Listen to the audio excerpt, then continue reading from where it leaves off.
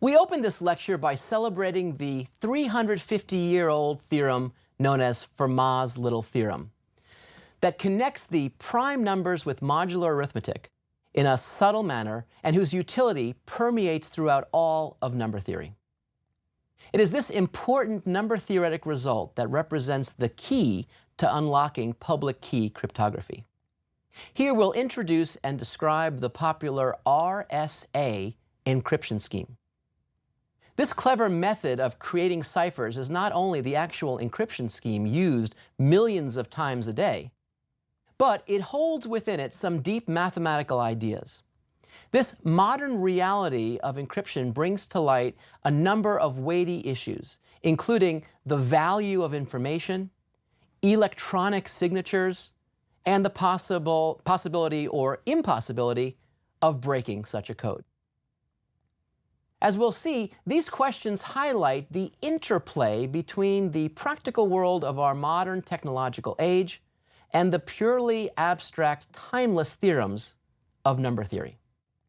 The next time we enter our credit card number on an internet site or use an ATM, we'll realize that we are, in fact, employing some classical theorems from the theory of numbers in a clever and novel manner.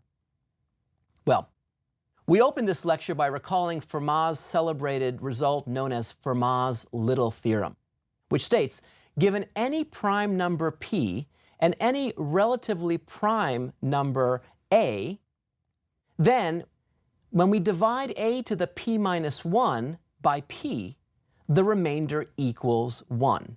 And we can phrase this using the congruence language and notation, and we'd say that a raised to the p minus 1 power is congruent to 1 mod p, has a remainder of 1 when divided by p, as long as a is relatively prime to p.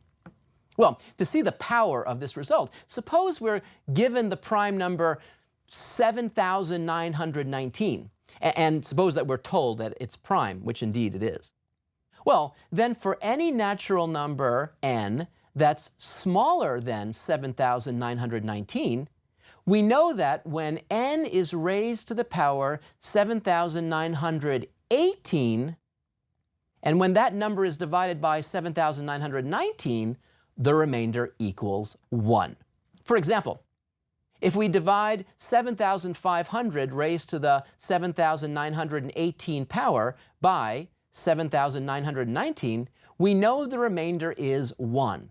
No actual multiplication or division is required. Absolutely amazing. Well, let's take a closer look at this incredible result. Suppose that p is a prime number. Then where did that p minus 1 exponent in Fermat's little theorem come from? Well, recall from the last lecture that we considered all the possible non-zero remainders when a number is divided by p. Those remainders, I remind you, are 1, 2, 3, all the way out to p minus 1. Now, we now consider a silly question. How many of these numbers are relatively prime to p? In other words, share no common factors larger than 1 with p. Well, since p is a prime and all the remainders are less than p, we see that each of them is relatively prime to p, because you can't have the p dividing into a number that's smaller than p. Therefore, we see that there are p minus 1 remainders that are relatively prime to p. In other words, all the non-zero remainders, when dividing by p, all those values are relatively prime to p. The fact that there are p minus 1 remainders, all relatively prime to p, is the mathematical key to establishing Fermat's little theorem in general. That's the idea. The proof of this theorem, which we're not going to consider here, actually incorporates some deep extensions of important ideas from high school algebra. These generalized principles reside within an advanced area of mathematics known as abstract algebra. Even though we're not going to give a complete proof of Fermat's little theorem here, we can apply the reasoning we just offered for why the exponent in the theorem is p minus 1 to discover a generalization of Fermat's result. In particular, We now wonder if there's a corresponding theorem when we divide by a composite number rather than the prime number p. Well, the answer is yes, and this extension of Fermat's little theorem was actually discovered by Euler. We start with any natural number n. It could be prime or it could be composite. We now consider all possible non-zero remainders after we divide by n. Those remainders are 1, 2, 3, all the way out to n minus 1. Next, we count how many of these remainders are relatively prime to n. Recall that in the case in which n is prime, then all of these non-zero remainders are relatively prime to n. Well, let's write r for the number of remainders that are relatively prime to n. So let's immediately go to an example. If n were to equal 6, well, then the non-zero remainders would be 1, 2, 3, 4, 5. And of those, only the remainders 1 and 5 are relatively prime to 6, because notice that 2 and 3 and 4 actually share factors with 6. So in this case, since there are only 2 of those non-zero remainders that are relatively prime to 6, the r value would be 2. Euler proved that for any natural number a that is relatively prime to the number n, the remainder when a to the r power is divided by n equals 1. Symbolically, we could say that a to the r is congruent to 1 mod n. So, for example, if we let n equal 6, we saw that r would equal 2. If we pick a number that's relatively prime to 6, let's say we pick a equals 5, then we look at 5 to the 2 power, or 5 squared. Well, 5 squared is 25, and 25 equals 6 times 4 plus 1. And so, when divided by 6, its remainder equals 1. In other words, 5 squared is congruent to 1 mod 6, just as Euler showed. Well, this result is actually known as Euler's theorem, and we notice how this result actually coincides with Fermat's little theorem in the case in which n is a prime number. Because when it's prime, then how many of the non-zero remainders are going to be relatively prime to the n? Well, if n's prime, then all of them are, and so the power will be n minus 1, which we called p minus 1 because we were assuming that the n was prime p. As an example, if we want to apply Euler's theorem with a divisor of 21, which notice, by the way, is 3 times 7, so it's not prime, then we must find out how many of the non-zero remainders from 1, 2, 3, and so forth out to 20 are relatively prime to 21, meaning they have no factors of either 3 or 7 within them. Well, we could actually list them all and count, and if we count, we discover that there are 12 such numbers. In fact, the 12 such numbers are the ones that are relatively prime to 21, 1, 2, 4, 5, 8, 10, 11, 13, 16, 17, 19, and 20. All those numbers share no common factors with 21. So the total number of them was 12. Therefore, for any number a that's relatively prime to 21, when we take a and raise it to the 12th power, and that number is divided by 21, the remainder equals 1. For example, 10 raised to the 12th power will be congruent to 1 mod 21. Its remainder will be 1 when divided by 21. In fact, if you think about it, since the only factors of 10 are 2 and 5, and 21 has only factors 3 and 7, what we see here is that if we take 10 and raise it to any power, even a real big one, and take that whole quantity and raise it to the 12th, that will be congruent to 1 mod 21. And I want you to remember this little fact because we're going to see this in a numerical encryption example in just a few moments. Well, with Fermat's little theorem and Euler's generalization in hand, we are now ready to see the workings of the public key encryption scheme known as RSA. In 1977, 3 mathematicians at MIT introduced an encryption scheme involving primes and modular arithmetic. The 3 mathematicians were Ron Rivest, Adlai Shamir, and Leonard Edelman. The letters of their last names read RSA, and hence this encryption scheme is now known as RSA. Actually, 3 years earlier, in 1973, British mathematician Clifford Cook created a similar encryption scheme. However, Cook was working for the British intelligence, and thus his work remained unknown until it was declassified in 1997.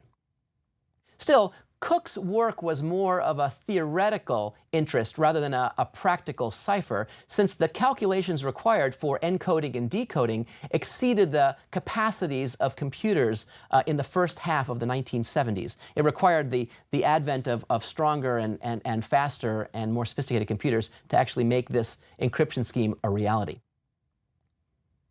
In order to introduce the steps involved in the RSA encryption scheme, we'll consider an illustration involving very small numbers, just to see the idea.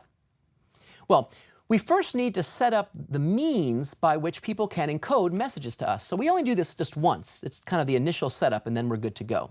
So the way we do this is we select two different prime numbers. Here in this example, we'll choose tiny primes. We'll choose 3 and 7. We multiply them together, and we see 21.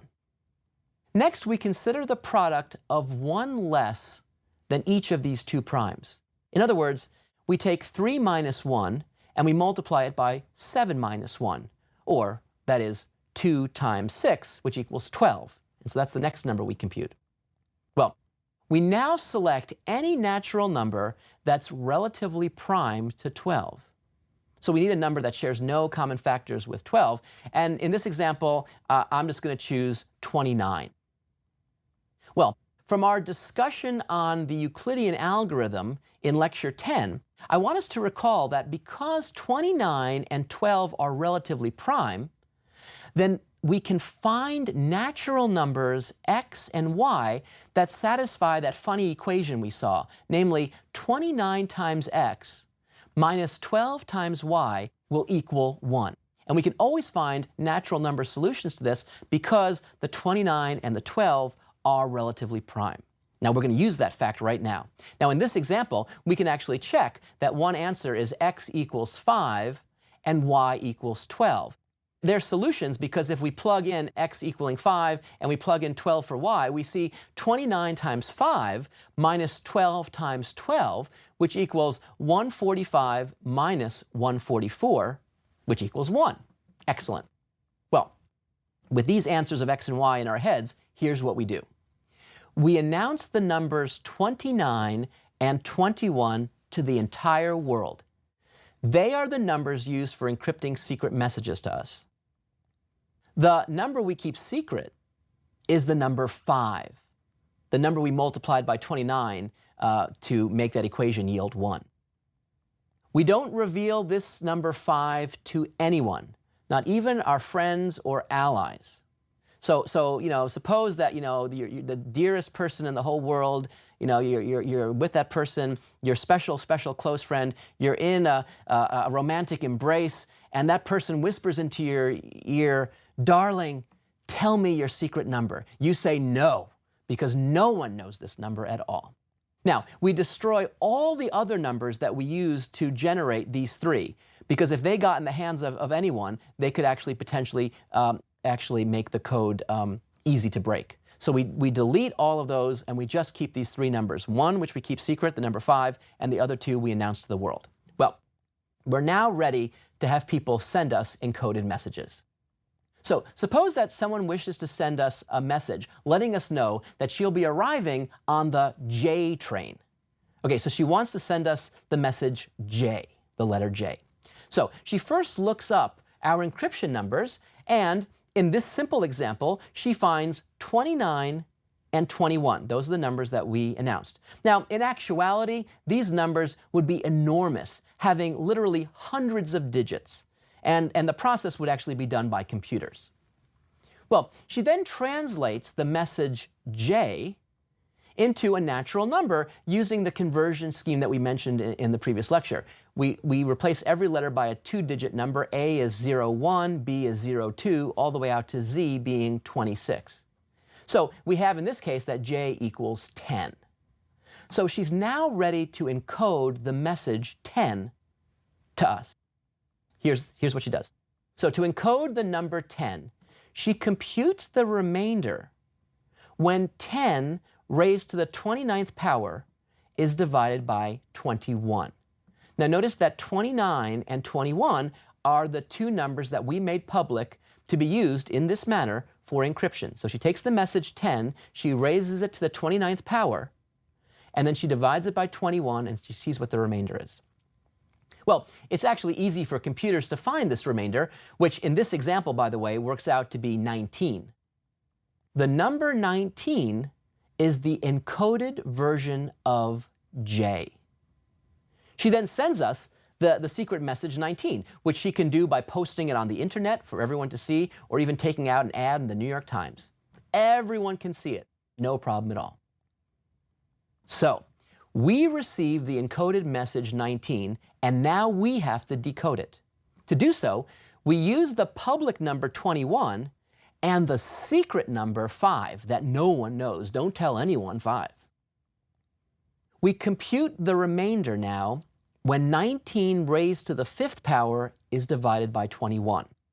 Now 19 to the 5th is so small that we can actually work it out, and it's actually 2,476,099.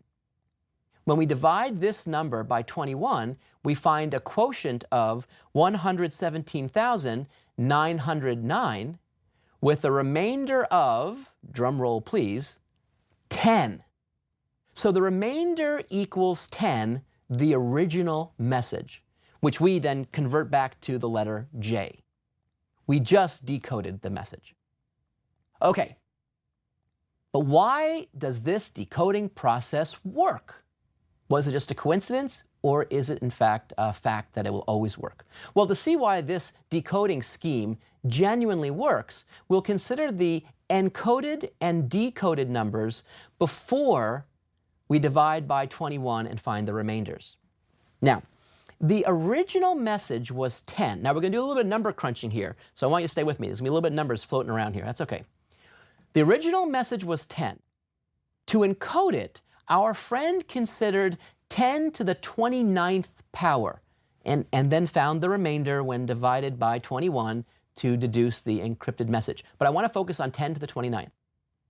If we now take this number 10 to the 29th and raise it to our decoding exponent, the secret exponent 5, then we'd see 10 to the 29th all raised to the 5th power, which by the laws of exponents is equal to 10 raised to the power 29 times 5. We multiply those two exponents together. So we see 29 times 5 in the exponent. Well, this is where the magic happens. We now recall that those numbers, 29 and 5, were selected so that they satisfied that funny-looking equation that we kept talking about. In this case, 29 times 5 minus 12 times 12 equals 1. If we now solve for the 29 times 5, we'd see that 29 times 5 equals 1 plus 12 times 12. It's a peculiar identity, but notice that it's true.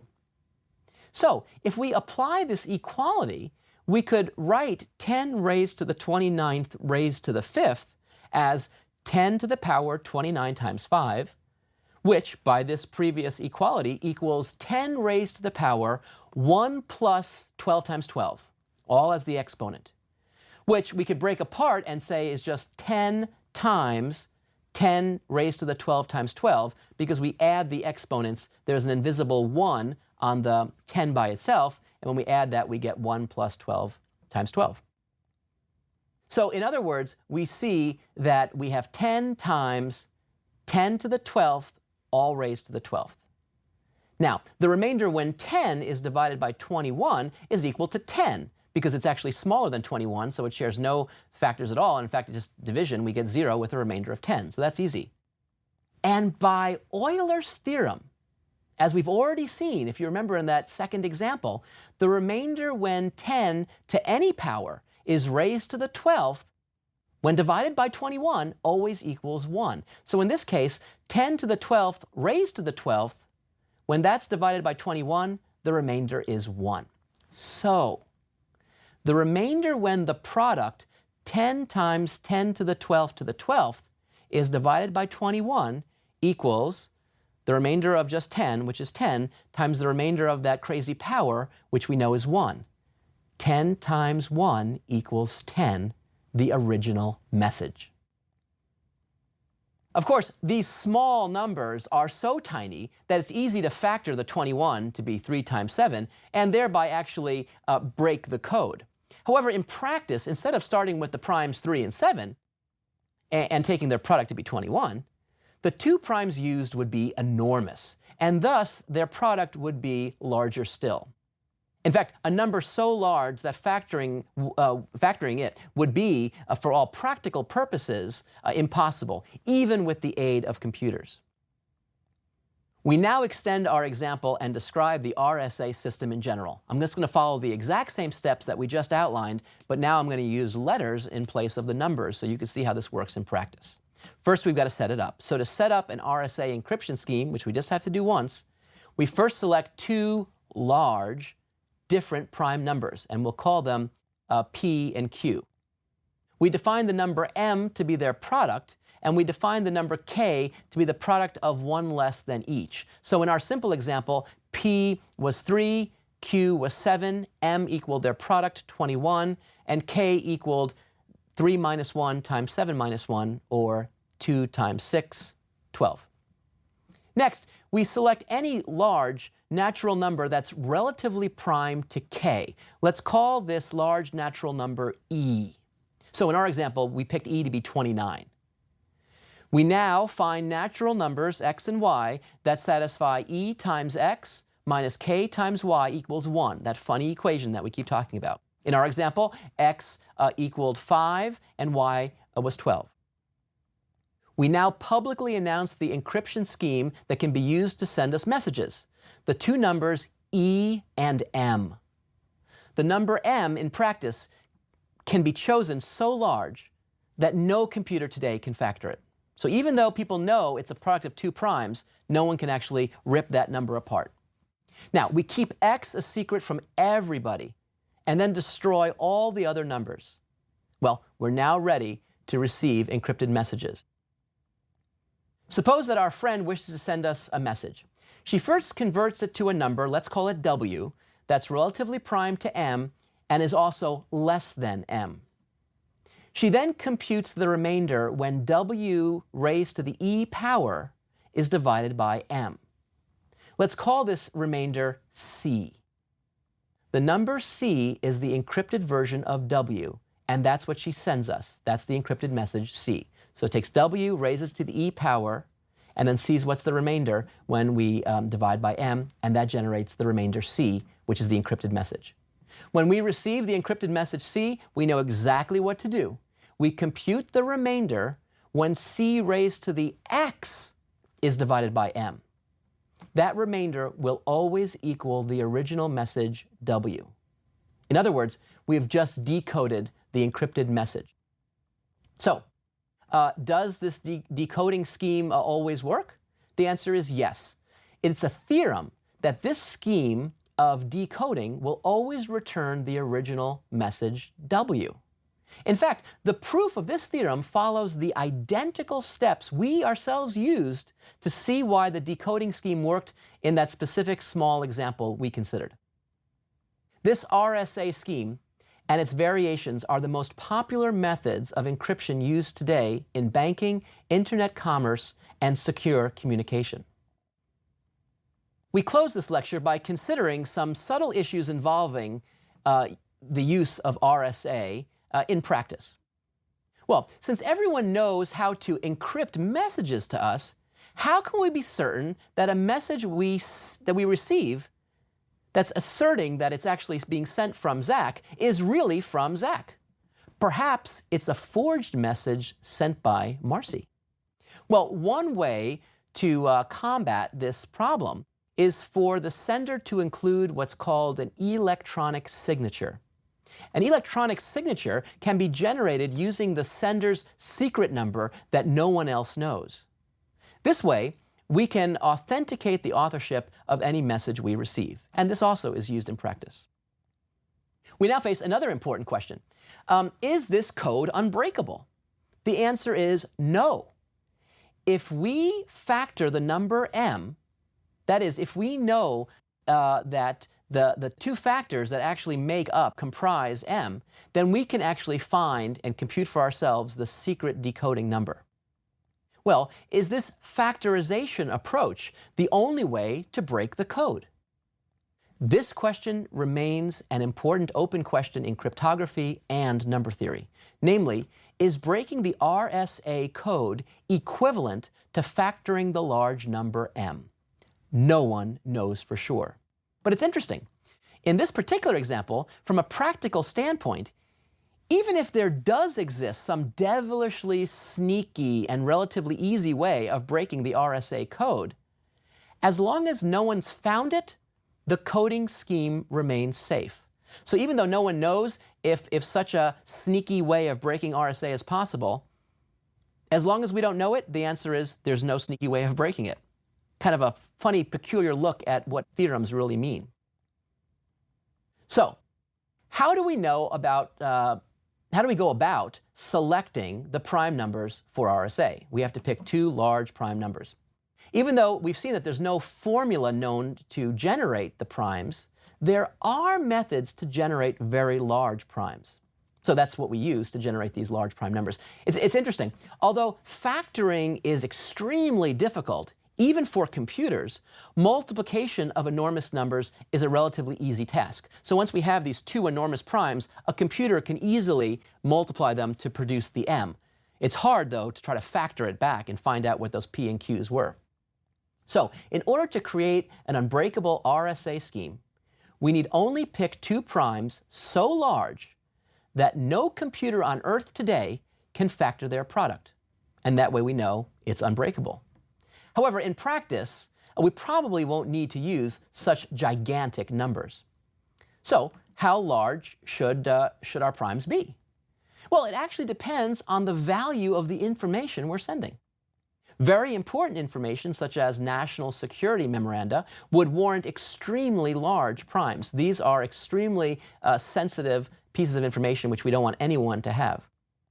On the other hand, the date of a surprise birthday party is not quite as important as national security, and thus fewer people might be willing to invest millions of dollars on computer technology to try to factor the number m and thus break the code and thus crash the party. In this case, small primes would certainly suffice. The idea of placing a value on information was touted by one of the great foremothers of modern computers and computing, Admiral Grace Hopper. She saw the importance of determining the cost of replacing lost data long before backing up computers and data were in fashion.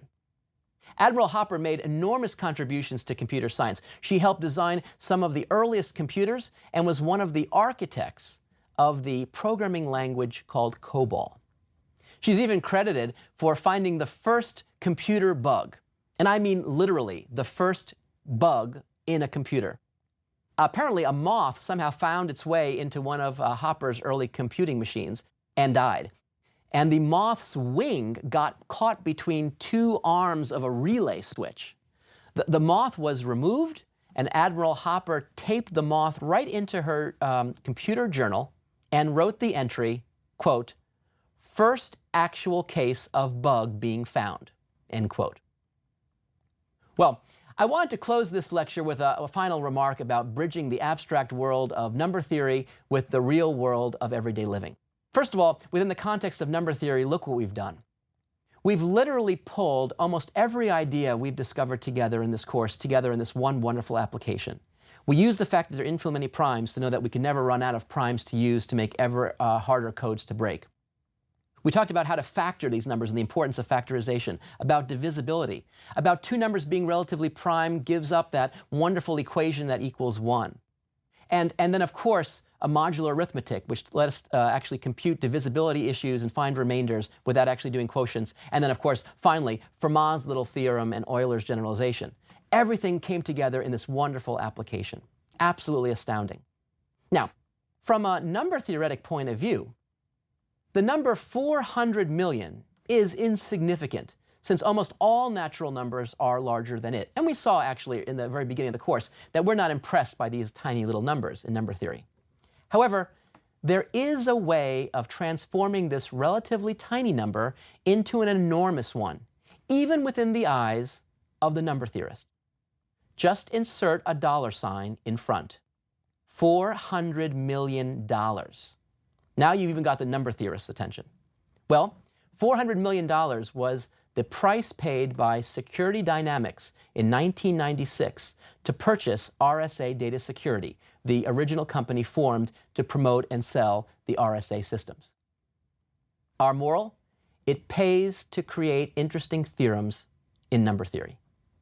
In fact, Fermat discovered his theorem over 350 years ago, and yet even though he discovered it so long ago, it would be unimaginable to Fermat to have this beautiful abstract result about primes be the key to the security of all modern electronic communications around the globe.